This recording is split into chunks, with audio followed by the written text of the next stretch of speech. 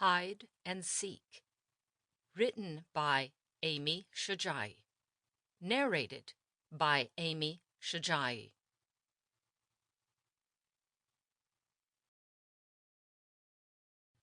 Prologue.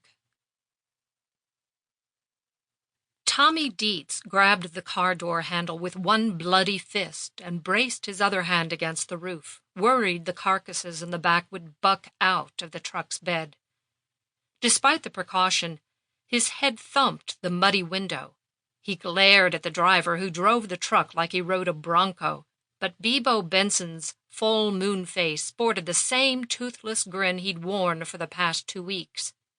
Even Bebo's double chins smiled, including the rolls at the nape of his freckled neck. The ferret-thin guy in the middle snarled each time his Katy Railroad belt buckle chinked against the stick shift he straddled. Gray hair straggled from under his hat and brushed his shoulders.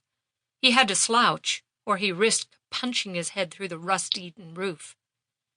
Randy Felch's snaky eyes gave Dietz the shivers even more than the freezing temperatures spitting through the windows that refused to seal. 3 across the cramped seat would be a lark for high school buddies out on the town, but the men were decades beyond graduation. Dietz was in charge, so Feltz could either ride the hump or share the open truck bed with 2 carcasses and the new production assistant. Dietz stifled a laugh. Not so high and mighty now, was he? The man must really want the job. Vince Grady had turned green when he was told to climb into the back of the truck. Just wait till he got a load of the dump.